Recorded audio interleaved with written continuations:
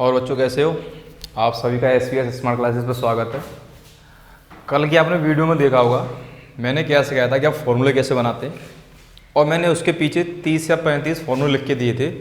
उसके अलावा तुम्हें केमिस्ट्री में तुम्हारी बुक में कोई फार्मूला नहीं मिलेगा, ये मुझ पर विश्वास करना। अब उसमें कुछ मुझ पर ध्यान नहीं रहा था, वो आयन्स रह गए थे, वो लिख लो ज़रा। एक तो आपका होता है हाइड्रोक्साइड आयन, ये बहुत यूज होता है, कई जगह यूज भी करेंगे।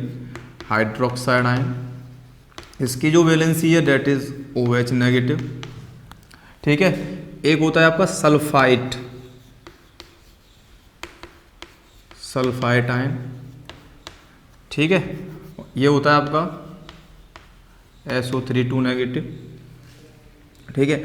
और एक होता है एसीटेट आयन, अगर आपको देखने को मिल जाए तो आप ये कर लेना। ये आपका होता है CS3CO1। इन पे आप जितने भी फॉर्मूले बनाना चाहोगे फॉर्मूले बन जाएंगे, कोई दिक्कत आपको नहीं आएगी। ये आप देख लेना और कर लेना, ठीक है। ये फॉर्मूले आपके सारे फॉर्मूले इससे बन जाएंगे। जो फॉर्मूले आप पे मैंने जिसमें दिए हैं पेज में, वो आप पे ना बने, आप वो कमेंट बॉक्स में डाल देना और मैं आपको बता दूंगा। अब हम पढ़ते हैं कि what is word equation, what is word reaction या word equation, what is chemical reaction और व्हाट इज़ केमिकल इक्वेशन, फिर how to balance chemical equation, ये हमारे टॉपिक रहेंगे। उसके बाद हम पढ़ेंगे टाइप्स ऑफ केमिकल रिएक्शन या इक्वेशन, या फिर हम पढ़ेंगे उसके बाद कोरोजन और रेंसिडिटी। तो सबसे पहले बात आती है कि व्हाट इज़ केमिकल रिएक्शन। हमने ये देखा कि केमिकल रिएक्शन में जब हम कर रहे थे, हमने देखा अंगूर से क्या बनी, दारू बनी, है ना। हमने जब मैग्नीशियम को जलाया तो मैग्नीशियम ऑक्साइड बना। तो हम ये कह सकते हैं कि ऐसी रिएक्शंस जिनमें कोई नया प्रोडक्ट फॉर्म हो जाए, हम क्या बोल सकते हैं कि a substance goes into new substance. कोई सबस्टेंस था, कोई ओल्ड सबस्टेंस था, वो किस में कन्वर्ट हो गया, नए सबस्टेंस में। या हम ये कह सकते हैं कि जो ओल्ड सबस्टेंस था उसके बॉन्ड टूटे होंगे। भाई कोई भी सबस्टेंस था या कोई भी चीज़ थी, उसके क्या टूटे होंगे, बॉन्ड टूटे होंगे। उसके जो बॉन्ड टूटे होंगे, इसका मतलब क्या होगा कि जो सबस्टेंस था, जैसे मान के चलो हमारे पास है केमिकल रिएक्शन, तो हम इसे क्या बोल सकते हैं, the transformation of a chemical substance into a new chemical substance। अगर आपको और इंक्लूड करना है तो आप ये भी कह सकते हो new chemical substance with change in its physical property, colour, temperature, ये सब चीज़ें लिखी थी कि नहीं लिखी थी, आप वो भी लिख सकते हो। अदरवाइज ये सही है, the transformation of a chemical substance into a new chemical substance is known as chemical reaction. हम उसे क्या बोलेंगे, is known as chemical reaction. बात समझ में आती है कि कोई एक सब्सटेंस था, केमिकल सब्सटेंस, वो किस में चेंज हो गया, न्यू केमिकल सब्सटेंस में चेंज हो गया, हम उसे क्या बोल देंगे, केमिकल रिएक्शन कह देंगे। अच्छा, इसकी कई कंडीशन होती हैं कि हीट किया, कुछ भी किया, तो आप यहाँ पे ये भी जोड़ सकते हो कि अंडर सम कंडीशंस या special type of condition. Otherwise आप ये लिखोगे तो आपकी केमिकल रिएक्शन की डेफिनेशन सही है। मतलब इसका मतलब क्या है कि जिंक अगर हाइड्रोक्लोरिक एसिड से रिएक्ट करता है तो क्या बनेगा। अब देखो, जिंक क्लोराइड बनना चाहिए था, कैसे बनेगा, ZnCl2 + H2। ये बैलेंस नहीं है, हम बैलेंस कर लेंगे, पर मुझे ये पता है जिंक क्लोराइड कैसे बनेगा, Zn और Cl, Zn की वैलेंसी होती है 2, Cl की वैलेंसी होती है 1, तो ZnCl2 बन गया।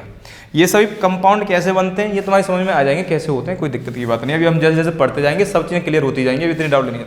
अब देखो हुआ क्या, पहले इनके बीच में बॉन्ड था, H और Cl के बीच में बॉन्ड था, तो जो पुराने बॉन्ड थे वो टूटे। अब बॉन्ड किस में बन गए, Zn और Cl में, और किस में बन गया, एक हाइड्रोजन और hydrogen.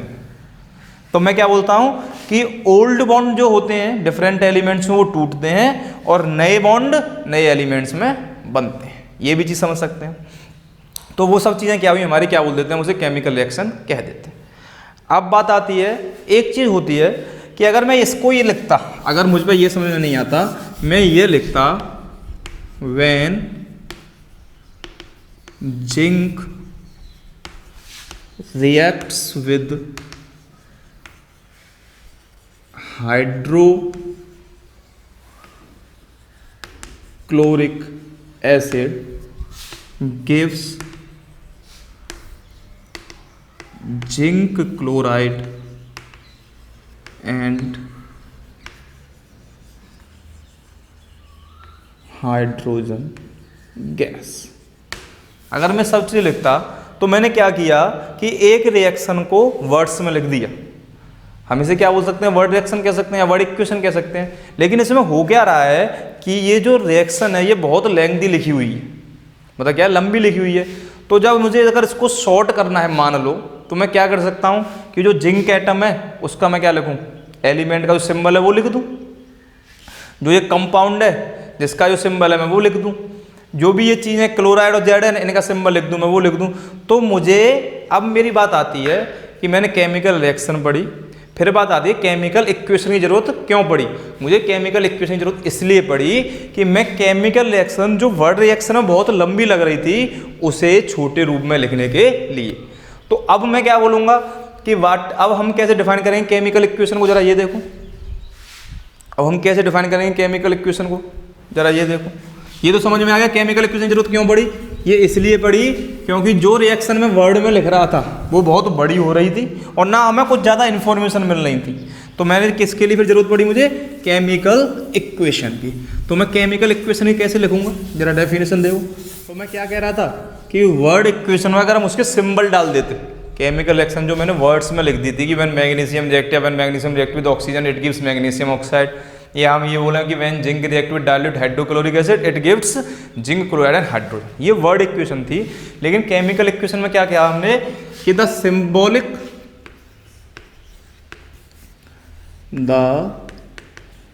symbolic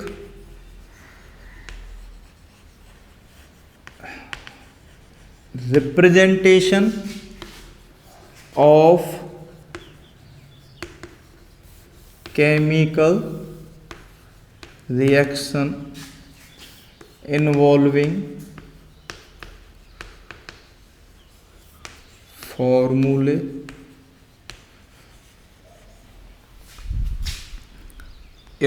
formulae of compounds and elements. तो हम इसे क्या बोल देंगे, केमिकल इक्वेशन कह देंगे। एक बार इसका स्क्रीनशॉट ले लो, ठीक है। The symbolic representation of chemical reaction involving फॉर्मूले ऑफ कंपाउंड्स एंड एलिमेंट्स। फॉर्मूले भी कह सकते हैं और क्या कह सकते हैं, और सिंबल्स। भाई जो एटम और मॉलिक्यूल होंगे उनके सिंबल होंगे, फॉर्मूले किसके होंगे, कंपाउंड के होंगे। तो symbol of compound and element या और एलिमेंट यहाँ पर लिख लेना। तो हमें ये पता पड़ी केमिकल इक्वेशन क्या होगी। तो जो मैं लिख रहा था कि when zinc react with dilute hydrochloric acid, तो जिंक को मैं किससे रिप्रेजेंट करता हूँ, Zn से। जो डाइल्यूट हाइड्रोक्लोरिक एसिड वो कंपाउंड है, उसका फॉर्मूला क्या होता है, HCl। मुझे क्या दे रहा था, जिंक क्लोराइड। गिव्स का मतलब क्या होता है, इस एरो से बना देते हैं, ये क्या है, गिव्स। और क्या कर रहा था, हाइड्रोजन गैस इवॉल्व कर रहा था। ठीक है। यहाँ से मैं एक बड़ी ट्रिकी चीज़ बता रहा हूँ, ध्यान रखना, वो आगे भी पढ़ेंगे कि जब जब मेटल, ये मेटल ही तो होता है, जब जब मेटल किसी एसिड से रिएक्ट करता है, जब जब मेटल किसी एसिड से रिएक्ट करेगा तो वो हमेशा हाइड्रोजन गैस इवॉल्व करेगा। लेकिन मैंने तुम्हें बताया था ना, chemistry is all about exception. तो यहाँ पे भी कोई ना कोई एक्सेप्शन होगा, वो हम पढ़ेंगे। पर अभी तुम ये ध्यान रखो कि जब भी कोई मेटल एसिड से रिएक्ट करता है तो वो हमेशा हाइड्रोजन गैस इवॉल्व करता है। तो एक पॉइंट बना लो, 10 रुपये का नोट लिख लो। कैसे, when metal react with acid it evolves hydrogen gas. और मुझे ध्यान है या मुझे आशा है आपको पता होगा कि what is the test of hydrogen gas, कि जब भी हम जली हुई कैंडल को इसके पास लेके जाते हैं तो हमेशा पॉप साउंड के साथ जलती है। तो मुझे ये सब समझ में आ गया कि मुझे केमिकल इक्वेशन की ज़रूरत क्यों पड़ी, कि मुझे वर्ड इक्वेशन बहुत लेंथी हो रही थी, उससे ज़्यादा इन्फॉर्मेशन नहीं मिल रही थी, इस वजह से मुझे किसका पता केमिकल इक्वेशन की ज़रूरत पड़ी। अब जो तुम्हारा 1 नंबर में क्वेश्चन आता है, या तो इनसे पूछ सकता है, या सबसे जो मेन क्वेश्चन आता है वो होता है कि how to balance an chemical equation, कि हम केमिकल इक्वेशन को कैसे बैलेंस करते हैं और उसका बेस क्या होता है, कि why do we need to balance an chemical equation. तो ये दोनों क्वेश्चन अभी समझेंगे और इस समय समझ में आएगा। अब हमें क्या सीखना है इसका, देखो 2 क्वेश्चन होते हैं, how to balanced a chemical equation, ये इक्वेशन है ना, इसको लिख लेना आप ढंग से, how to balanced a chemical equation. और दूसरा क्वेश्चन क्या बना, why do we need to balanced a chemical equation. देखो इसको एक मोटे मोटे तौर से समझो कि घर पे लड्डू बनता है, मम्मी लड्डू बनाते हैं, बिन अगर 1 किलो बेसन ले 1 किलो आटा ले, या लड्डू हम बेसन के लड्डू बना रहे 1 किलो बेसन लो 1 किलो बूरो ले, तो अगर हम लड्डू न तोल लेंगे तो वो 2 किलो ही बैठेंगे ना, तो 2 किलो तो बढ़ जाएंगे ना 2 किलो तो घट जाएंगे। सब चीज़ मिला के 1 किलो बेसन है ना, वहाँ में 1 किलो जो हमने घी मिलाया और चीनी मिलाया, सब तोलेंगे तो वो लड्डू का वजन बिल्कुल बराबर आएगा। तो इसका मतलब क्या है, हमने क्लास 9 में चीज़ पढ़ी थी conservation of mass, mass neither be created और नॉर बी डेस्ट्रॉयड। मतलब ऐसा नहीं हो सकता कि किसी रिएक्शन में मान लो किसी के 2 एटम या किसी के जो मास था वो 10 ग्राम हो और वो प्रोड्यूस हो जाएगा आगे जाके 16 ग्राम, ऐसा नहीं हो सकता। हमें क्या करना पड़ेगा, उन दोनों को बैलेंस करना पड़ेगा। तो हमें बैलेंस की जरूरत क्यों पड़ती है, to satisfy the rule of conservation of mass. तो हमें क्यों जरूरत पड़ी, to follow the rule of conservation of mass. अच्छा, यहाँ से एक और चीज़ थोड़ा इससे पहले सीखते हैं कि what are reactants and what are products.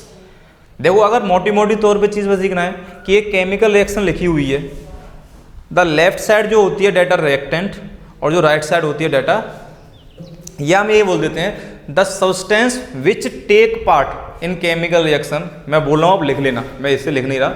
The substance which take part in chemical reaction is called chemical reactants, या फिर दो substance which are written on left hand side of a chemical reaction is known as reactants.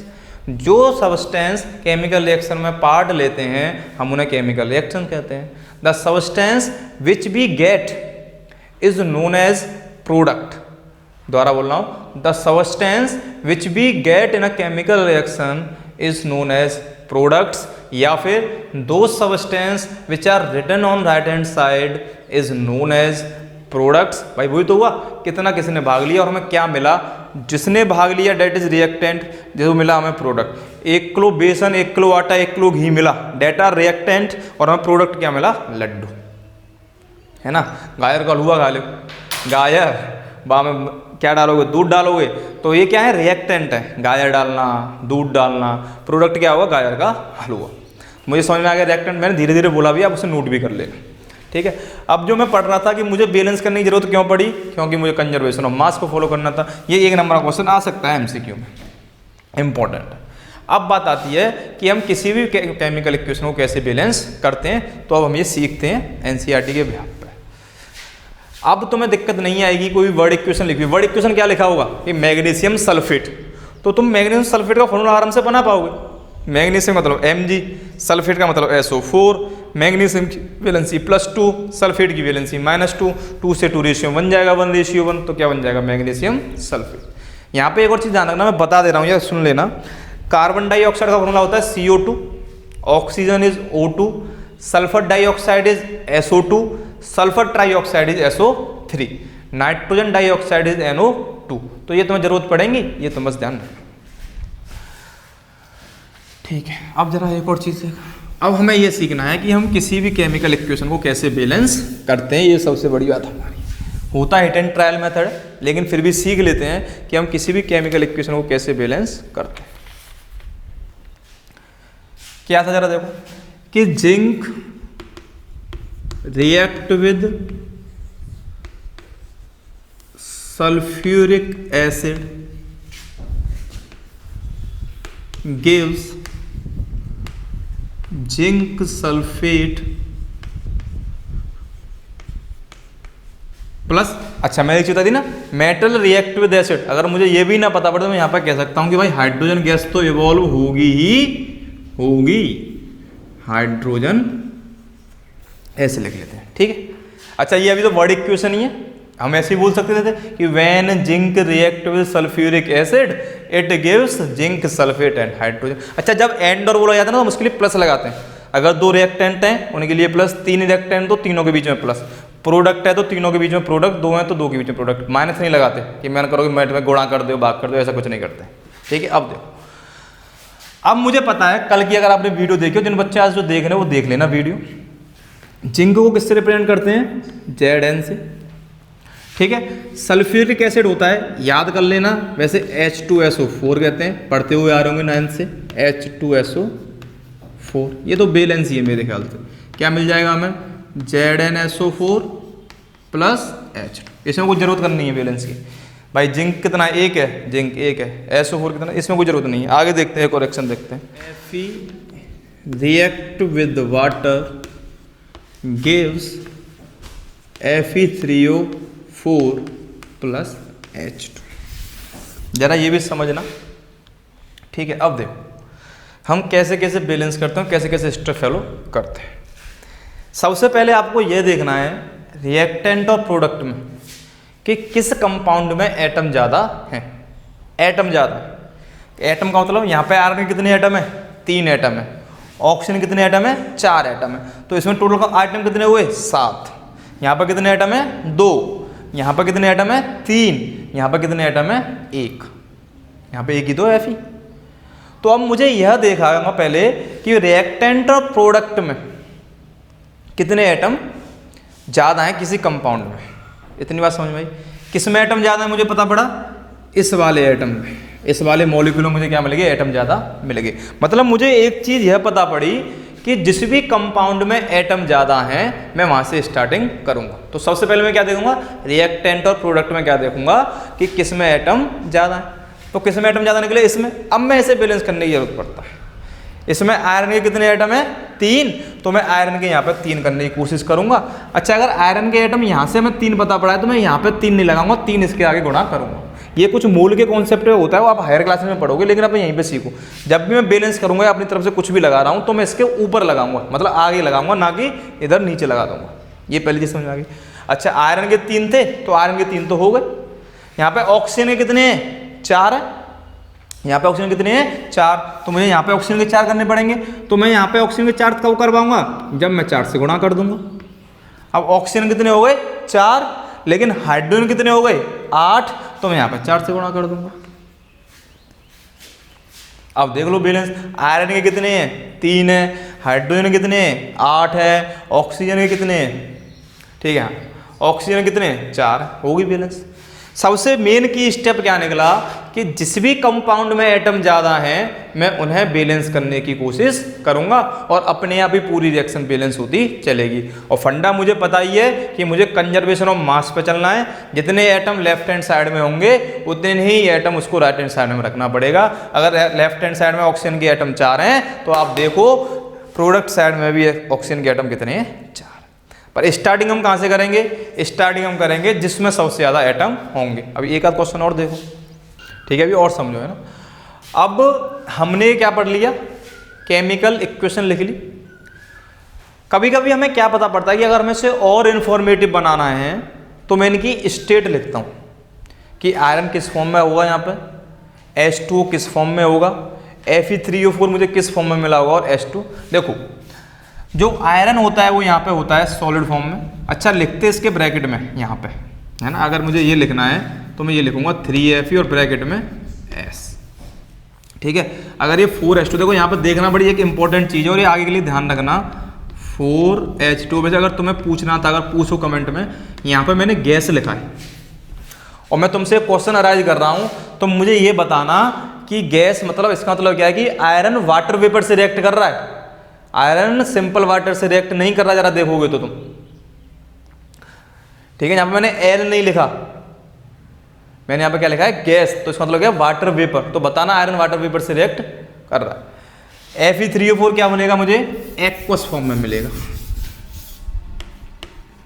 Fe3O4। और एक बार check कर लेते हैं, जो H2 है वो तो गैस ही रहेगी और जो Fe3O4 होगा वो एक्वस फॉर्म में होगा, एक्वस नहीं सॉरी सॉलिड में। किस फॉर्म में होगा, सॉलिड। तो अब इससे क्या हुआ कि ये जो इन्फॉर्मेशन है मेरी मोर इन्फॉर्मेटिव हो गई। कभी कभी क्या होता है कि कुछ रिएक्शंस में मुझे कंडीशन भी देनी पड़ती हैं, जैसे ध्यान रखना, अगर मैं फोटोसिंथेसिस की रिएक्शन करता हूँ, फोटोसिंथेसिस में मुझे क्या चाहिए, कार्बन डाइऑक्साइड चाहिए होता है, हाइड्रोजन ये तो चाहिए, ग्लूकोज वो करते हैं ना, कहीं क्लोरोफिल चाहिए, सनलाइट चाहिए, तो मुझे फोटोसिंथेसिस की जरूरत पड़ती है। तो अभी इससे कोई स्क्रीनशॉट लो, फोटोसिंथेसिस रिएक्शन लिखते हैं हम अभी। क्या होती है फोटोसिंथेसिस रिएक्शन, देखो समझते हैं। CO2, ठीक है, वाटर गिव्स ग्लूकोज, फॉर्मूला याद रखो, C6H12O6 plus oxygen plus water. ठीक है, ये चीज हमें मिलती है। और साथ ही साथ यहां पे क्या लिखा होना चाहिए, सनलाइट और क्लोरोफिल। इसका मतलब ये है कि ये दोनों चीजों की जरूरत पड़ती है जब ये रिएक्ट कर रहे हो और तब हमें ये चीज मिले। इसलिए हम इसको क्या बोलते हैं, मोर इन्फॉर्मेटिव बनाने के लिए। ठीक है, ये क्या, अब जरा ये बैलेंस है, बैलेंस नहीं है, तो हम पहले बैलेंस करके देखते हैं। बैलेंस का ये मैंने बैलेंस अगर मैं याद नहीं कर सकता हूँ, 6CO2 + 12H2 ऐसे निकल जाता है, लेकिन हम बैलेंस करके देखेंगे। अब देखो जरा यहाँ पे मैं इस पर गया, क्योंकि सारे कंपाउंड इसमें देखेंगे तो इसमें सबसे ज़्यादा क्या है, एटम है। तो मैं सबसे पहले अगर मैं कार्बन को बैलेंस करने जाता हूँ तो मुझे कार्बन क्या 6, तो मुझे कार्बन कितने करने पड़ेंगे, 6 करने पड़ेंगे। मैंने यहाँ पे कार्बन कितने कर लिए, 6 कर लिए। 6 कार्बन हो जाने से क्या हुआ, 6 दूनी 12। अच्छा पहले हाइड्रोजन को भी कर लेते हैं। हाइड्रोजन यहाँ पे कितने हैं, 12, और इधर भी कितने हैं, 2 हैं। तो हमें तो पूरा पूरा करना है, तो अभी इसको छोड़ देते हैं। अगर इससे देंगे 6 कार्बन हो गए, 6 दूनी 12। तो अगर मैं इस ऑक्सीजन को 12 करने जाता हूँ, सोचना, तो यहाँ पे मुझे 2 से गुणा करना पड़ेगा। अगर मुझे यहाँ से 2 से गुणा करना पड़ा तो मेरे कार्बन कितने हो गए, 12 हो रहे हैं भाई। अगर मेरे कार्बन कितने हो गए, यहाँ पे 12 हो गए, और अगर मैं कार्बन 12 कर दूंगा तो फिर मेरी ऑक्सीजन 24 हो जाएंगी। तो इसका मतलब मैं यहाँ पे 2 से गुणा नहीं करूँगा। ठीक है, ये पूरा मुझे क्या करना है, देखो हिट एंड ट्रायल मेथड है, हिट एंड ट्रायल है, तो हमें बार बार ये कोशिश करनी पड़ेगी। तो अब मैं क्या करूँगा कि अब मुझे ये देख लेता हूँ ऑक्सीजन कितने हो रहे हैं यहाँ पे। ये जो इसमें बैलेंस है, मैंने क्या बैलेंस कर दिया, कार्बन को बैलेंस कर दिया, और मुझे हाइड्रोजन अगर बैलेंस करना है तो मुझे 12 और यहाँ पे कुछ ना कुछ करना पड़ेगा, ये श्योर है।